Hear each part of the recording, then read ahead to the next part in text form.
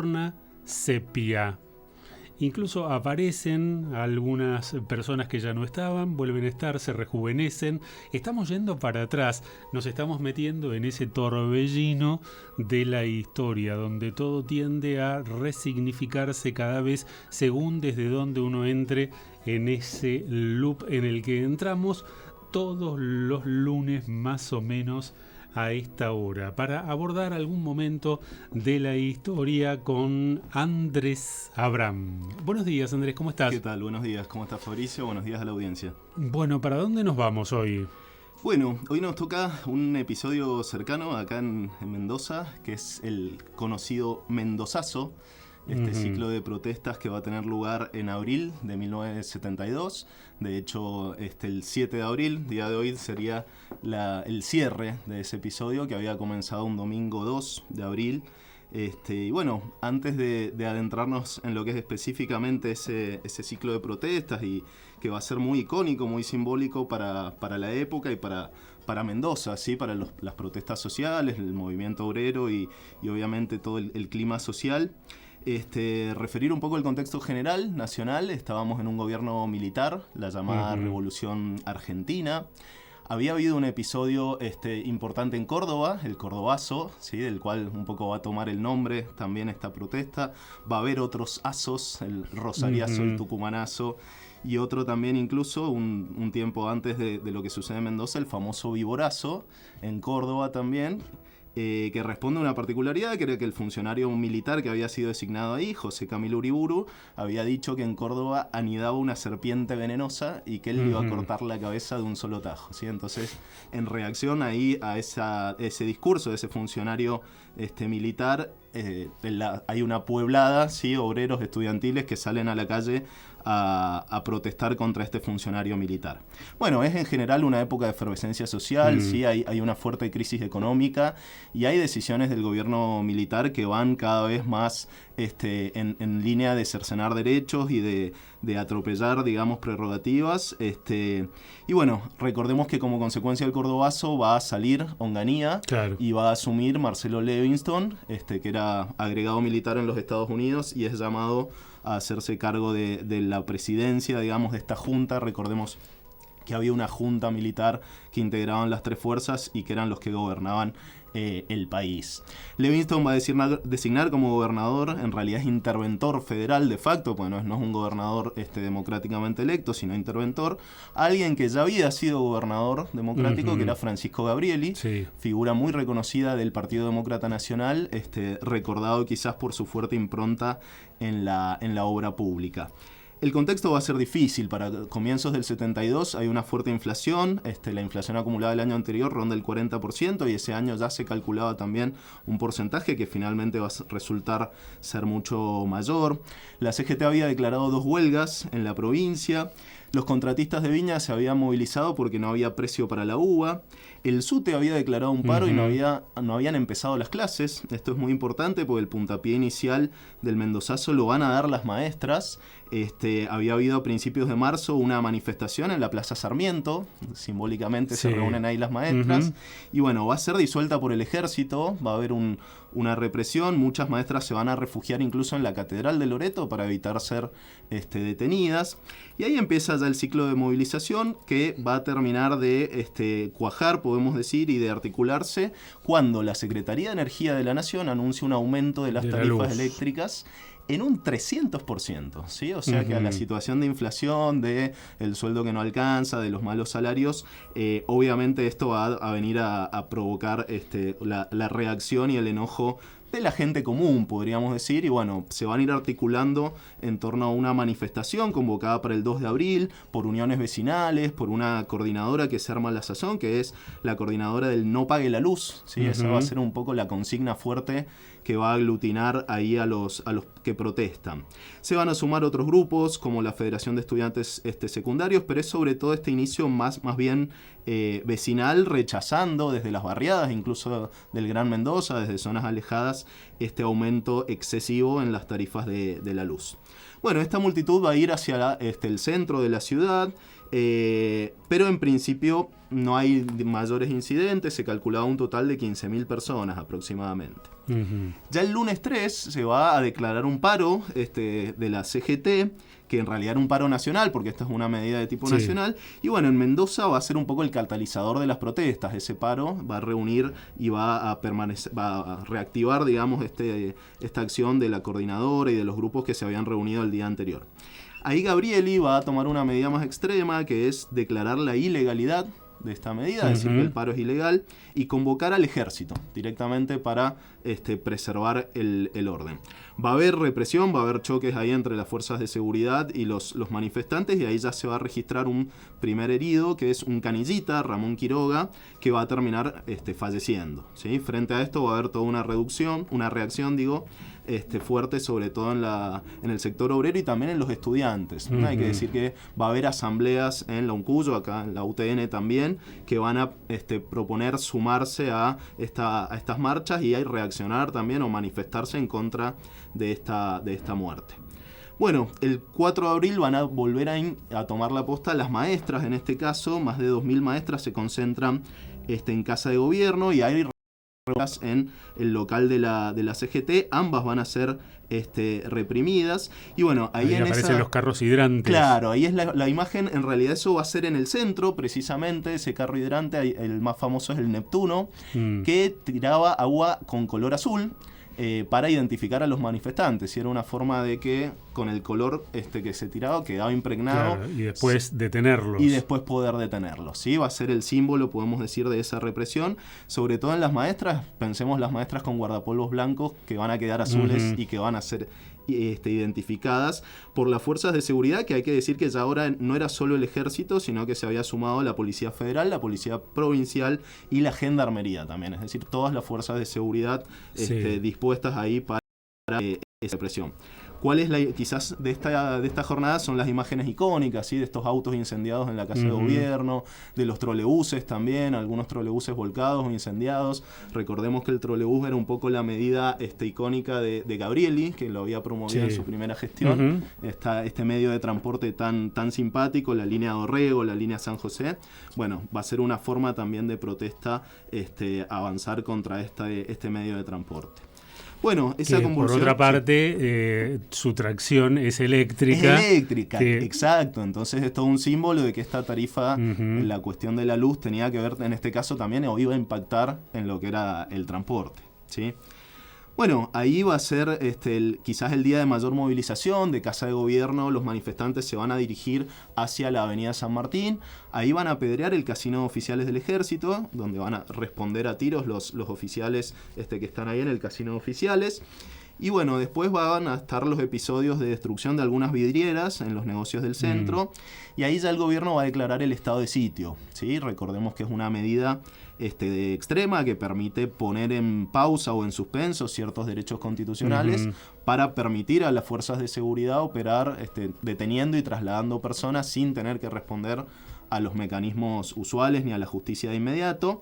Y el toque de queda también, que es esta obligación, ¿no?, de irse, de dirigirse hacia los hogares, prohibir las reuniones. Y prohibir las reuniones y todo lo que implica a nivel social. Bueno, a pesar de estas medidas, la tensión se va a prolongar, y ya finalmente el 5 de abril la CGT ratifica la huelga general, a pesar de todas estas disposiciones del gobierno, y el acatamiento va a ser masivo. La prensa en ese día no lo difunde, porque en realidad se va a operar una suerte de censura, ¿sí? Se va a impedir a los medios gráficos hablar de las cifras y de la huelga como tal. Y bueno, ahí la protesta se va a trasladar también a los departamentos, principalmente en Las Heras, en Guaymallén. Va a haber organizaciones barriales también, vecinales, que van a promover actos, manifestaciones, marchas. Y bueno, ahí se va a registrar otra muerte, la segunda muerte, que es la de una comerciante de Las Heras, Susana Gil de Aragón. Bueno, ya los días subsiguientes, el jueves 6 y el viernes 7, se van a expandir todavía más en las barriadas populares. Sobre todo se va a apuntar al sabotaje al alumbrado público también, ¿no?, porque el gobierno no daba marcha atrás en la medida. Y el día 7 va a fallecer un estudiante, Luis Mallea, de 18 años, también en un marco de represión de las protestas que había en Las Heras. Bueno, toda esta situación va a provocar la renuncia formal de Gabrieli. Uh-huh. En realidad, la Junta lo va a echar, digamos, le va a pedir que se retire y va a declarar la emergencia en seguridad en la provincia, con lo cual hay una llegada también de fuerzas del ejército y de figuras nacionales a nivel de las fuerzas de seguridad. Tuvo muy poco tiempo, Gabrieli. Muy poco tiempo. Él había sido designado por Livingston, así que prácticamente un año y pico. Uh-huh. Entonces, bueno, era una figura que había concitado obviamente cierta simpatía de los sectores militares, y además sabemos que el Partido Demócrata había apoyado tanto los golpes como las propias gestiones militares. Le va a costar caro, digamos, después esta cercanía o este apoyo, este encolumnamiento con los gobiernos militares. Y bueno, ahí va a ser... Sobre todo el siguiente. Sobre todo el siguiente, sí, quizás no tanto, pero ya después el siguiente sí va a ser más importante. Y lo va a reemplazar el doctor Gibbs, que había sido también dirigente demócrata y ministro de Bienestar Social en otras gestiones anteriores, que él va a estar hasta marzo del 73, cuando sea reemplazado por el represor Díaz Besone, que finalmente entrega el mando al gobierno democrático electo en el 73, que es Martínez Vaca. Sí. ¿Sí? Que recordemos que también va a sufrir un juicio político, va a ser desplazado, o sea que es un clima de inestabilidad que continúa en la provincia. Claro, más allá de que en la nación, relativa estabilidad al menos hasta la muerte de Perón. Con el triunfo de Cámpora, después la llegada de Perón. Claro. Y un Lanuse diciéndole no le da el cuero para volver.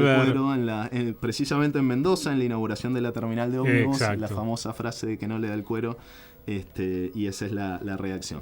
Bueno, hay que decir que finalmente la dictadura va a dar marcha atrás con el aumento tarifario. ¿Sí? Ahí ya se veían estas cuestiones económicas, cómo estaban acorralando al gobierno militar. Y las organizaciones civiles van a continuar reuniéndose para denunciar sobre todo los actos de represión, ¿sí? Para que no quedaran impunes y no quedaran obviamente en el olvido. Bueno, el mendozazo como hecho histórico ha dado lugar a múltiples interpretaciones. Desde los sectores del gobierno, obviamente, se habló de que la violencia había sido promovida por activistas de izquierda, y obviamente además se acusó de infiltrados de que provenían principalmente de Córdoba. ¿Sí? Se trató de asociar el movimiento a gente que no era de Mendoza, sino que se hablaba de que habían venido muchos de ellos en tren desde Córdoba. Los manifestantes en realidad van a reconocer la pluralidad de digamos, reclamos que había en la base, y bueno, el tema de la tarifa de la luz como el último factor que aglutinó o que terminó de darle forma a la demanda mayor. Y después, bueno, los grupos políticos en realidad que bregaban por el fin de la dictadura van a encontrar en esta acción colectiva una suerte de hito importante para reclamar, obviamente, por la salida del gobierno militar y el retorno a la democracia. Es un hito obviamente histórico para la cuestión social, para las protestas sociales en Mendoza, por el nivel de organización, algo que nunca se había visto, y obviamente por las dimensiones.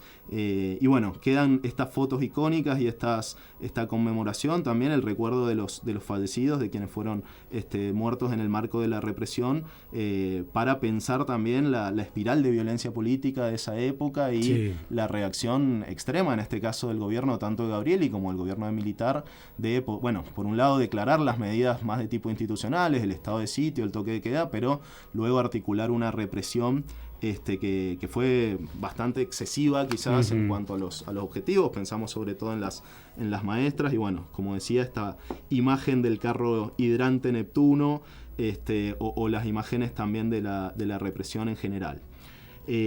Un hecho histórico, obviamente, que va a quedar en la memoria de muchos, y que va a ser un poco recordado también camino a la recuperación después democrática, como una señal de el termómetro social, ¿sí? Aquello que el gobierno militar no estaba contemplando, y bueno, también la situación de la economía, ¿sí? Hoy que vivimos inflación, que vivimos estas cuestiones. Bueno, 40% había sido la inflación 40%, anual. La inflación anual del año anterior, iba a ser superior para ese año. Y obviamente los sectores quizás más sensibles, obviamente los sectores trabajadores en general, pero el SUTE y las maestras sobre todo eran las que más quizás habían sufrido esa caída del salario y la perspectiva de este aumento excesivo de la tarifa de la luz, que era realmente catastrófica. Sí. Estaba pensando también que a principios de los 70 los niveles de pobreza no superaban el 5%. No, todavía estaba la matriz, podríamos decir, del estado de bienestar, que hacía que no hubiera altos niveles de pobreza y realmente era una situación que podemos decir no era estructural todavía, ya después se va a volver estructural. ¿Sí? Claro. Pero sí, como en ese contexto, con una inflación que para entonces era muy alta, claro, términos comparativos. Después, lo que vendría después hace que ese 40% no fuera tan alto. No fuera tan alto, tan grave. Pero un aumento del 300% y además reivindicaciones salariales que llevaban a las docentes o distintos sectores a movilizarse, terminó haciendo eclosión en lo que se conoció como Mendozazo. El Mendozazo.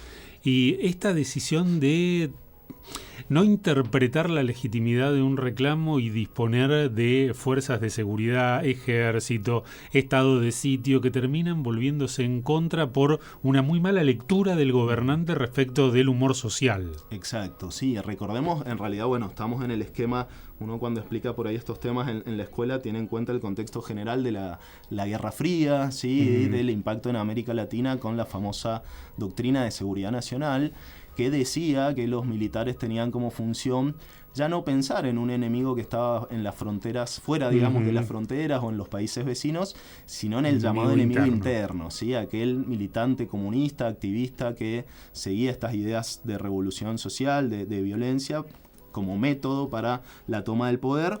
Y bueno, era el objetivo, era el blanco a cumplir, ¿sí? Entonces todas estas medidas de gobierno las podemos leer, las podemos interpretar en ese marco y bueno, obviamente en las mismas declaraciones de las autoridades ellos van a denunciar la existencia de un plan, un supuesto plan con infiltrados, con activistas, desconociendo, como decías, este carácter genuino que tuvo la reacción inicial, que fue, bueno, nos unimos para protestar en contra de este aumento que consideramos excesivo en un contexto inflacionario donde los salarios ya están atrasados y en un gobierno que realmente no mostraba tener un rumbo en materia económica ni política, obviamente. Recordemos que Onganía había hablado de los tiempos, él hablaba así de que primero iba a haber un tiempo económico, después un tiempo social y recién finalmente dando a entender que su gobierno duraría mucho tiempo, el tiempo político. Entonces, bueno, incluso en ese orden de prioridades que se había fijado la llamada Revolución Argentina, tampoco estaban cumpliendo en el objetivo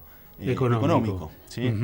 Y ahí quizás, bueno, podemos contrastar, pensando en América Latina también, con el caso de Brasil, donde la dictadura brasileña, la principal diferencia es que va a ser exitosa, podríamos decir, en lo económico, el famoso milagre brasileiro, ¿sí? Las tasas de crecimiento exponenciales y la instauración de una industria que ya venía en realidad de la época de Getúlio Vargas y de los llamados gobiernos populistas, pero que van a continuar y van a profundizar y mejorar. Entonces, el caso de Brasil es interesante porque hay una legitimidad social hacia los gobiernos militares que responde a esta mejora real, efectiva de la situación económica, cosa que no sucedió acá. Y bueno, estos excesos, estos atropellos también se les daba este marco ideológico general.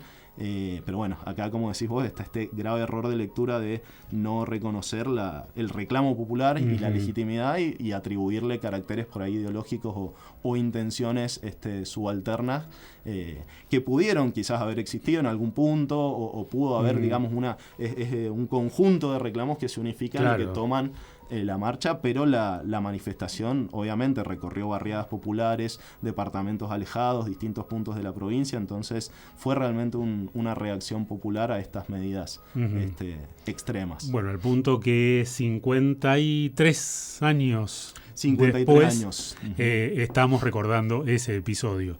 Y no solamente lo recordamos nosotros, sino que a través de la música también se recuerda el Mendozazo.